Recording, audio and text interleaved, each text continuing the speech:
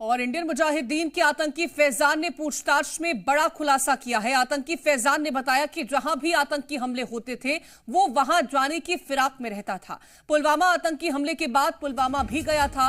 आतंकी रकीब की गिरफ्तारी के बाद वो एक्टिव हुआ और फैजान पश्चिम बंगाल की जेल में रकीब से मिला था। फैजान के मोबाइल की जांच की जा रही है। एटीएस फॉरेंसिक रिपोर्ट का इंतजार कर रही है और इसके बाद कुछ और खुलासे हो सकते हैं।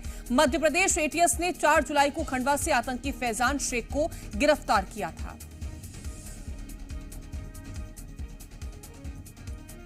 तो जहां भी आतंकी हमले होते थे फैजान वहां पर पहुंच जाता था। एक बड़ा खुलासा ये पूछताछ के दौरान हुआ है। आपको बता दें कि पुलवामा में जब आतंकी हमला हुआ तो ये भी खुलासा हुआ कि फैजान वहां पर भी पहुंचा था और फैजान आपको ये जानकारी भी दे दे कि रकीब की गिरफ्तारी के बाद एक्टिव हुआ था।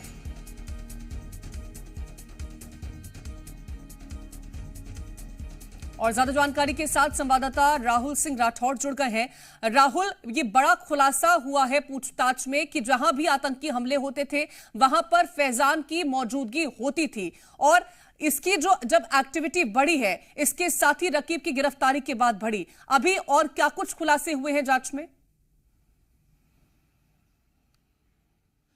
देखिए, आतंकी फैजान को लेकर लगातार एटीएस पूछताछ कर रही है। खंडवा से इसे भोपाल ले आया गया है और एटीएस इससे कड़ी पूछताछ कर रही है। देखिए, खुलासा हुआ है, हैरान कर देने वाला खुलासा।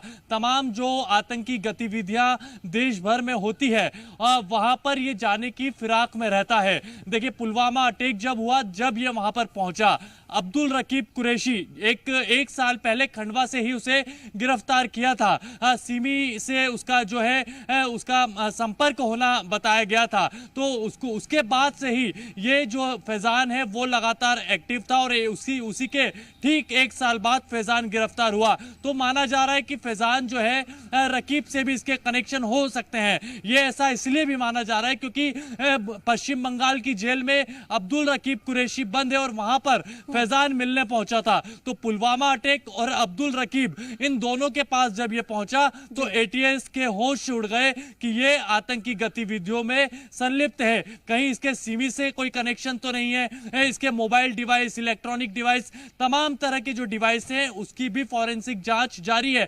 एटीएस को अभी रिपोर्ट का इंतजार है, फॉरेंसिक रिपोर्ट का। अगर फॉरेंसिक रिपोर्ट आती है तो और भी कई बड़े खुलासे हो सकते हैं। फिलहाल इससे पूछताछ जारी है कि ये पुलवामा अटैक जब हुआ वहां पर गया तो वहां पर इसने किन चीजों को नोटिस किया, इसका क्या प्लान था। ये बच्चों को स्लोगन के माध्यम से और भड़काऊ वीडियो के माध्यम से वीडियो दिखा कर उनको भड़काता था, उनको तमाम तरह से जो है इस माहौल से भटकाना चाहता था। तो कई तरह की जानकारियां अगर मध्य प्रदेश में मौजूदगी होती है फैजान की, तो क्या ये माना जाए कि यहां पर भी किसी तरह की कोई प्लानिंग चल रही थी, तभी फैजान की यहां पर मौजूदगी थी? क्योंकि जिस तरह से ये जानकारी है कि जहां पर भी आतंकी हमला होता था वहां पर फैजान पहुंचता था, तो कोई क्या प्लानिंग ऐसी रही है, इसकी जानकारी भी सामने आई?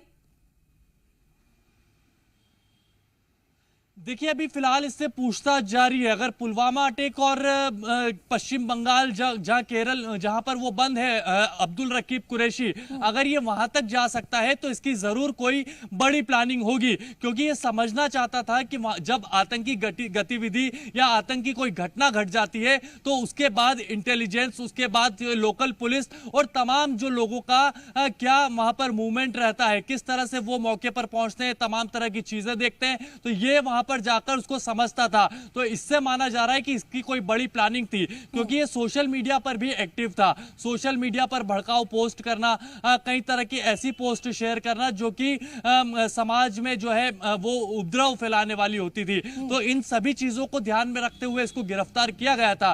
तो इस शंका पूरी इस पे यही है कि कोई बड़ी प्लानिंग थी और इसके मोबाइल डिवाइस और तमाम जो इलेक्ट्रॉनिक डिवाइस हैं उसकी अगर रिपोर्ट आ गई तो संभवतः उसमें यह खुलासा हो जाएगा कि इसकी मध्य प्रदेश को लेकर कोई प्लानिंग थी या इसके तार पाकिस्तान से जुड़े थे या फिर इसके तार किसी और देश से जुड़े हुए थे। बिल्कुल, बहुत शुक्रिया तमाम जानकारी पहुंचाने